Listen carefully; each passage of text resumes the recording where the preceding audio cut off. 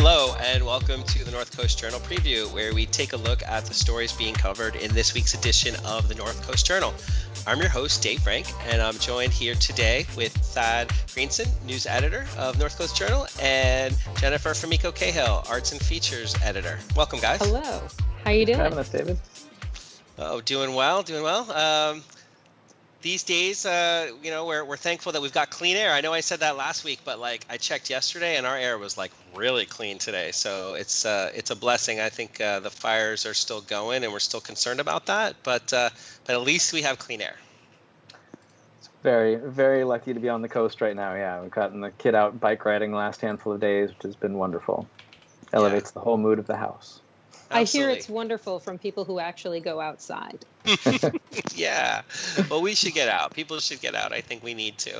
All right, guys, let's dive in. Thad, what are you covering this week in the North Coast Journal? Well, this week I kind of dove into I think what the big news was of last week, which is that all of a sudden Humboldt County landed in the state's yellow risk tier for COVID restrictions. So we kind of woke up one morning and we were in the lowest possible tier, and restaurants could, return to 50% indoor capacity, and bars could reopen at 50% capacity, and kind of seemed like this whole new world opened up. You said in the article you mentioned movie theaters and gyms, I think. Mm-hmm. Is that true too? Yep, both at 50% capacity, I believe. So we are in the least restrictive category in the state, which means that just about everything is reopened, other than live performances and concerts and I think a few other things that are kind of outliers. But and so that includes bars that don't serve food? Yep. You can go to just a straight up dive bar if you want. They're supposed to keep it at 50% capacity, but that is a thing you can do now. Not necessarily advised, but right. Which capacity at a bar? Yeah, kind of a wiggly thing. I feel I think it's hard. It's something that bartenders know and managers and people who own bars. But to your average patron, looking into a bar and understanding capacity is a little bit tricky. So I don't know. So it's not just seats. It's like the fire marshal will come in if you have 100 people shoulder to shoulder, that kind of thing. My understanding is for bars, it's based on fire marshal capacity. Restaurants, it's seating capacity, so it's a little bit different. But so essentially, if you look into a bar and you're like, this place looks great, it's too full. Right. If you're like, this place looks dead, this is a safe bar for you to enter. Then you're good. Yes. So Thad, can you if you don't mind, can you tell us a little bit about the tiers? I know you get pretty technical in the article, and people can go online and check it out. But for our purposes, what did we accomplish, and how precarious is this accomplishment? So the very short answers to those is we did not really accomplish a whole lot, and very precarious. So that there's these two state metrics. The state has outlined these two metrics which kind of guide the tier system, or had until last week, and that's testing positivity rate. So of all the COVID tests administered in Humboldt County, how many of them return positive? And the other is the daily average of new positive cases per 100,000 residents over a 7-day span. And so they use these two metrics to determine which of these four risk categories the county is in. And so the yellow category has been since the beginning, I believe, that you can't average more than one new case per 100,000 residents over a 7-day period, and you can't or have a positivity rate over, I think it's 3%. And so in Humboldt County, our test positivity rate has been really low since the beginning, comparatively to the rest of the state, and alone would have landed us in this lower tier. But we're doing so much testing that we've just had more positive cases than fit that. And it's whichever, if you violate either of these metrics, you're in the higher risk pool. So on that note, our testing numbers not our testing numbers, but our positive case numbers have come down a bit over the last few weeks, but not to the point that they alone would get us into the yellow tier. What happened was the state introduced last week this equity metric. And what they were seeing in a lot of other counties, not necessarily Humboldt, is that not only, as I think has been really well documented at this point, are communities of color, particularly Black and Latinx communities, both getting COVID at much higher rates than the general population, but are also suffering more critical outcomes. And so the state was kind of looking at how to try to address this through, through the tools that it has, which are basically like restrictions on what people can and can't do. And they noticed that some counties were just not testing in certain really at-risk communities. And so they decided to introduce this equity metric, which basically requires that counties evenly distribute testing over their entire community. And they overlay testing data with a health index, basically, that goes by census tract and measures, I think it's 14 different kind of benchmarks for community wellness or community health. And it looks at the most at-risk communities in a given county and makes sure that both they're doing adequate testing in those communities and that the testing results aren't drastically different than the rest of the county. And so, to Humboldt's credit, it has done. We have two communities that fall into this risk pool, according to the state. Which one is in southeastern Humboldt County, and the other is Hoopa. And to Humboldt County's credit, they've done, a lot of robust testing outreach in both those communities. We have this OptumServe site set up at Redwood Acres that wasn't really intended to be mobile, but the county has made it mobile and, sets up back-to-back testing days in Willow Creek or down in southern Humboldt and stuff like that. So all of a sudden, when the state introduced this new metric, basically we were forgiven for violating what would have been the yellow protocols and landing in orange, and allowed, even though we had kind of double the daily caseloads, go down into this yellow category. But we just barely met it. So, like I said before, to get into the yellow tier, you're supposed to average less than a case a day, population adjusted. And so Humboldt County was averaging 2. And with the equity metric, if you meet that, then you're allowed kind of double. And so I think we had 2.01. And the cutoff was 2, and they just kind of let us slide into that lower category. So on the surface, pretty precarious. Yeah. So before we talk about the precarity, if that's a word, the precariousness, can you just clarify one last point? So this health equity metric, it worked in our favor. We had some higher numbers, but we got the benefit of the doubt because they acknowledged that we engaged in testing in higher at-risk communities. Is that right? Mm-hmm. Yeah, and that the results in those higher at-risk communities weren't really disparate from what we're seeing in the general Humboldt County community. And not to put you on the spot, because I don't think this was in the article, but have you heard about like how we fare compared to other communities? Is this still considered like we're doing really well here? On the equity metric specifically, we were the only county to meet that equity metric, is my understanding. Oh, okay. Yeah. So we are a far outlier, which is excellent. And part of it, we have to say, as part of it is that we had this massive outbreak in Hoopa that had, if people remember back in early August, there was 20 plus cases, kind of all linked to a single family. And, so that could have very much worked against the county. But to its credit, the county then launched this massive effort to test everyone in the Hoopa Valley. And really did, robust repeated testing and stuff like that. And I think that's what really made us meet this metric, kind of ironically. So sorry to switch from positivity to negativity, but so that number, because our population is about 135,000 people, like averaging 2 cases per day technically is not good. And if we have any kind of outbreak or resurgence at all, then we run the risk of sort of the change of status. Can you kind of comment a little bit on like what that would entail and how likely this looks that it might go that route? Yeah. So if I guess the 2 is population adjusted, but for Humboldt County, really what we're looking at is we can't average higher than 2.7 new cases a day to meet this threshold, which is a pretty low number, and honestly, for the last few weeks, we've been doing really good and our numbers have been going down, but it's unclear exactly kind of why that is and how long that'll hold. And I was talking to somebody the other day and kind of likened it to homicide rates in Humboldt County. Because our population is so small, a couple homicides in a year can really distort our per capita homicide rates. And we can all of a sudden go from one of the deadliest counties in California to like one of the safest, just because of a couple incidents.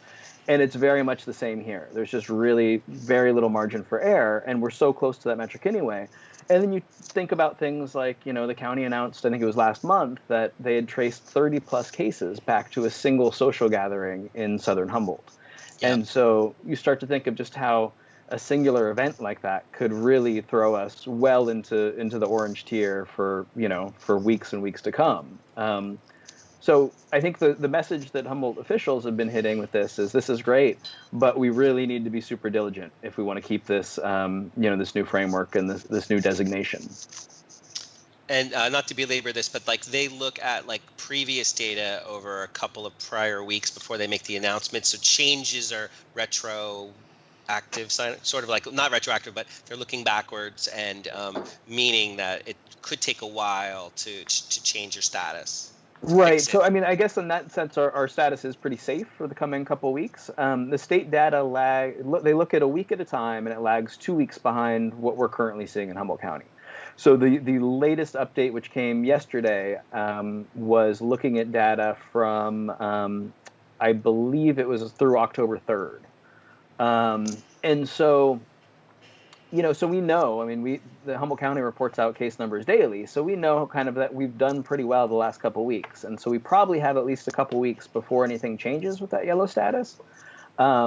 But if something does, if we were to wind up back in orange, the state requires then that we meet the lower threshold for 3 weeks, for 21 days, before it would lower us back to yellow. And so, we started off this conversation talking about all these things reopening and movie theaters and bars and stuff. And so if you think about it from, a business owner's standpoint, this is a really precarious position to be in. They're trying to make hiring decisions, trying to make staffing decisions and inventory decisions. And usually they make those looking out, a few weeks. And so it's really hard for them, I think, to decide, how all in to go on these new allowances when the future just remains really uncertain. Oh, wow. And it's also, throughout this whole thing, the last thing I'd add there is just that, health officials have cautioned that this is a dance, that every time we reopen, every time we open more things or allow more things, they expect case numbers to go up as a result. Mm-hmm. And so looking, at this reopening that happened just a few days ago, we've got Halloween on the horizon, bars are opened. It feels pretty shaky to me that we're going to be in this yellow territory for very long, honestly. I would expect us to have us seeing orange before too long. Thank you for all that detail. This is all really important, and you've helped clarify. We can transition now to the article that I believe is the cover article this week. Is that correct? Yeah, we have a cover story this week by Cal Matters, which is a nonpartisan nonprofit organization that covers news all throughout California. And it's a really interesting story about basically how Cal OSHA, the state's workplace safety agency, kind of the enforcement arm of the state when it comes to all workplace conditions, how they really have not been doing inspections in this time of COVID regarding COVID complaints. And it's an interesting story. There's health concerns for inspectors going into workplaces to make sure that conditions are safe, but there's also tons and tons of concerns about worker safety. And what the story found, or what the investigation found, is that while workplace complaints are way, way up this year after COVID versus the 8 months prior, inspections are way, way down. And so mostly what the state is doing is sending business owners letters saying, we've got this allegation that you're out of compliance. Please tell us how you're in compliance. Not a super effective enforcement tool, it would seem. And right. I think, one of the reasons we decided to run this locally is that I think there's with some people in the community, there's a frustration that they feel like the county isn't doing more enforcement measures. And, Sheriff William Hansel has really been adamant that they're taking an education-first approach, and that they're going to contact a business that, they believe is out of compliance several times before taking the enforcement action, just to try to coax them into compliance. And this story to us tells us that this is really a statewide issue, and the biggest agency in the state tasked with enforcing workforce safety is just sending letters. Yeah. Well, thank you. I know that in that article it mentions that this sort of came from the governor's office to make a decision to prioritize compliance, mm-hmm. and that, like you said, Cal OSHA decided to deploy their resources the way they are, and it's affecting all the inspection regime around the around the state. So thank you for bringing that up and putting it out there for us all to check out.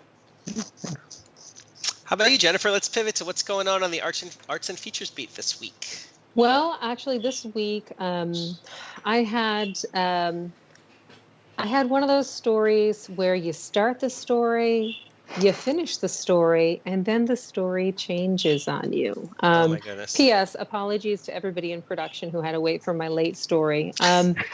So you're all saints, all of you. So I had written about Frankie's Bagels a while back. I've written about Frankie's a couple of times. First, when he opened the shop, and it really was this, New York style bagel that I personally had been craving in a deep, dark, hurt part of my soul for a long time. And I know that sounds like snobbery. People are always like, oh, New Yorkers and bagels. But you know what? Go to like the East Coast and eat a piece of salmon and tell me if you can stand it. Right. Because I watched my husband once in New York City make me a plate of salmon and then take a bite of it and dump it in the garbage because it was Atlantic and it tasted like nothing.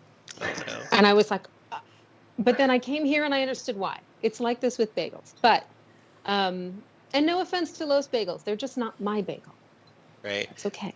I mean, I have to testify as a witness that you're correct that Frankie's Bagels are East Coast bagels, and everything else is a little bit more like bread.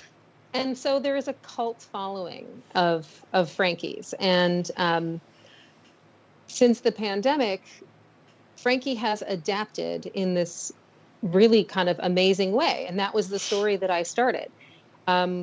He turned that tiny shop at the back of Redwood Acres into a one-person operation. And he was showing up to work 2-3 in the morning to boil and bake bagels and then have them picked up starting at 8 a.m. And people would order them on a Monday or on a Thursday or Friday and only be able to pick up on Wednesdays and Saturdays. And they did it. They hopped too. And if you want to order something, you have to hop on there. You have to be like waiting until the menu goes live. And then you have to click the button because I have failed over and over to get the rainbow cookies. There are rainbow cookies, P.S. So, yeah. So it's, it's been weirdly working. And the business has been thriving in the middle of a pandemic and over by, the Redwood Acres testing site.